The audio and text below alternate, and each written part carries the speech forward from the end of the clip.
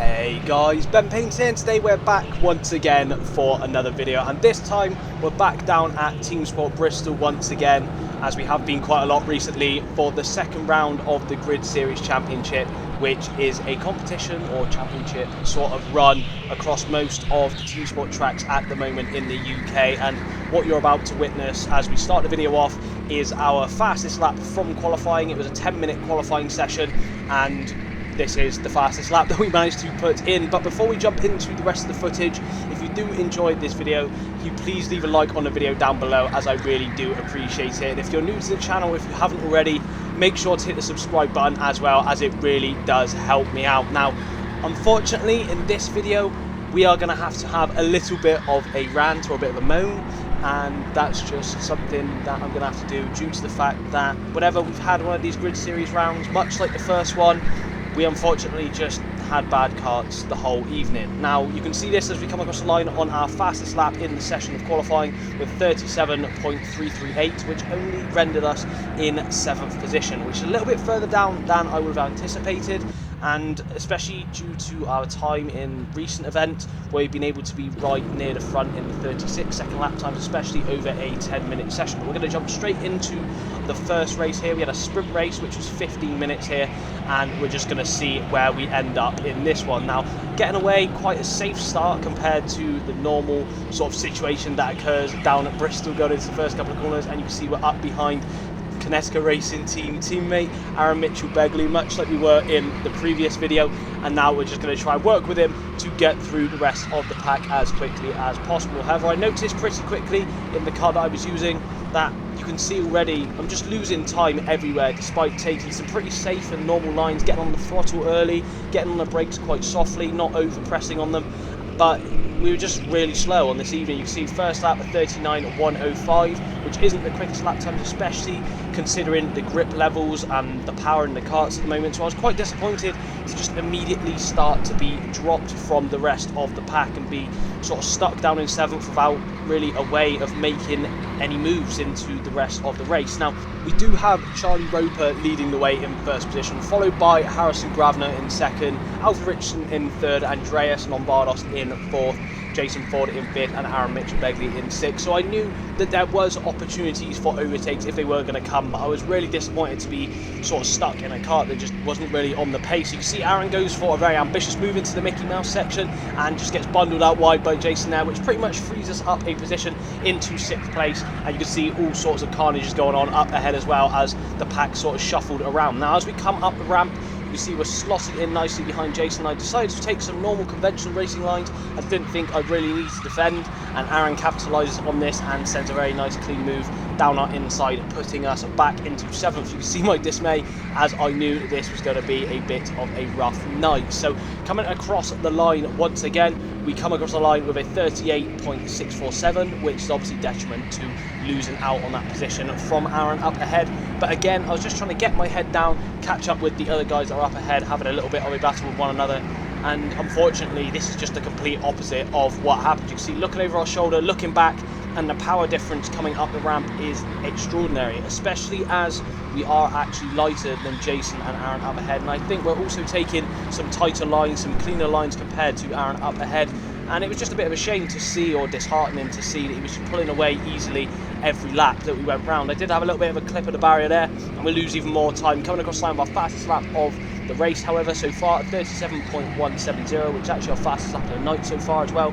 But you can just see through each of the corners how much time we're just dropping further and further back, and there's not really anything else that I could really do at this point. You can see my dismay, and it was just time to just really try and get our head down and catch up. But you can see coming up the ramp once again, not really driving overly aggressive or really making many mistakes, but you can just see how much the gap has opened up, which is obviously very infuriating when you're sat inside the car, you've spent the money, and you're hoping that it is going to be equal. But obviously that is the issue when it comes to rental karting. Now, it comes to this point in the race, we've got about 5 or 6 laps later, and you could just see the gap has opened up even more. So I decided to hop into the pits here just for my own sort of mental well-being. I wanted to hop into a different kart and see if the times would improve. Obviously at the end of the session you'd be able to check obviously the lap times on the Teamsport app. So I just wanted to hop into a different kart here. I knew I was going to end up in last position. You can see I'm back down in 11th place. There's not really anything left for me in this race, but just for my own sanity I wanted to see if I was driving poorly or if the kart was just not up to scratch. You can see we then switch over to a different kart, and by the end of the session we were able to come round with a 36.997, which was actually, with only about 2 laps left in the race, we were able to do a flying lap, come out, do that 36.997 and a 37.078, which goes to prove that this kart was about 2 tenths quicker than the other kart I was using, and it was just sort of situated in the pit lane. Now obviously due to being in last in the sprint race, this then put us in last place in the B final for when we came on track. Now there's going to be no sort of time lapse in this one, because honestly just so much carnage unfolds. As you can see, we've managed to bundle our way from 11th up to 8th round the first couple of corners, working with Arthur Langley there just to sort of push him through with the rest of the drivers. But again, this sort of teamwork was going to be very short-lived. As you can see, I was really hoping to catch up to Aaron and Aidan, who started in first and second position in this one, making a nice move down the inside of Arthur as we come up the ramp. And now I have my eyes set on some of the other drivers up ahead. Now, as I mentioned, there's not really any lap times in this one because I do just cut out a large majority of this race, and you'll see why as we come round the rest of the footage. So we come across the line then, and are looking to get our head down on some of the other drivers that are up ahead. Obviously hoping to catch up to Aidan and Aaron up ahead in first and second if they are having a battle with one another. We have Ruben Povey in third as well, and we can see the driver up ahead of us goes for another move, gets a little bit frustrated with himself, and that just leaves the door open for me to slot my way up the inside, not just one but 2 drivers. However, unfortunately on the exit of that corner, my rear quarter panel of the kart did make contact with the driver in the blue bell helmet, and unfortunately, as you will see later, I may have cut it out. I did in fact pick up a 5-second time penalty from that. So as if this race wasn't already hard enough,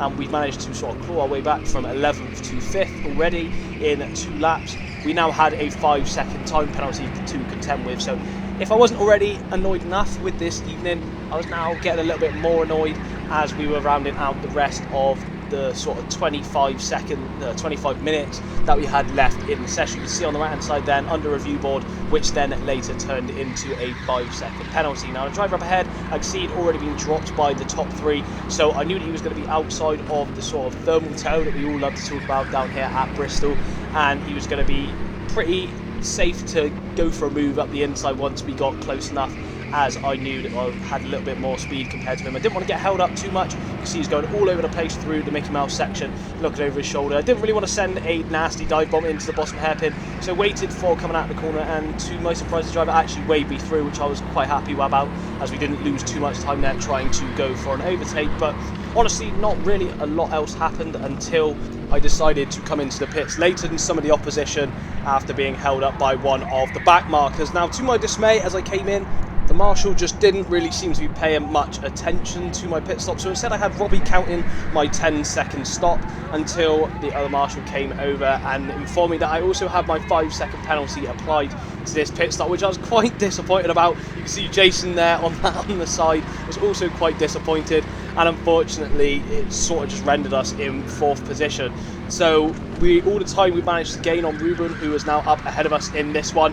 We had then lost that, and we'd also lost out to Aaron and Aidan, who were up ahead in first and second. We're coming around now in this one, and we're right up behind Ruben, who is sort of all over the place, so we're going to try and look to get past him as quickly as we can, in the hope that we can sort of catch up to Aaron and Aidan, who have sort of raced away by about 10 seconds up ahead on the track. So with my sort of annoyance in this sort of moment, we go for a big dive bomb on Ruben here, making a little bit of contact at the apex, but it is a fair enough move, moving ourselves up into 3rd position.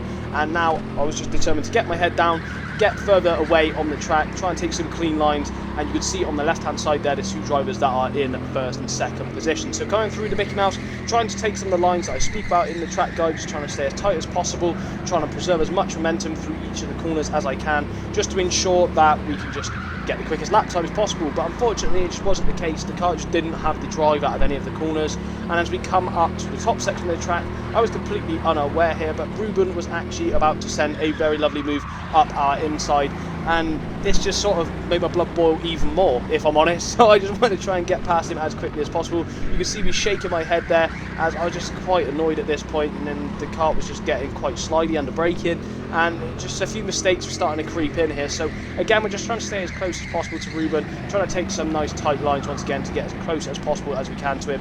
Out of Mickey Mouse, once again, you can just see the power difference in the karts. We're just losing 1 or 2 kart lengths each time coming out of the slower corners.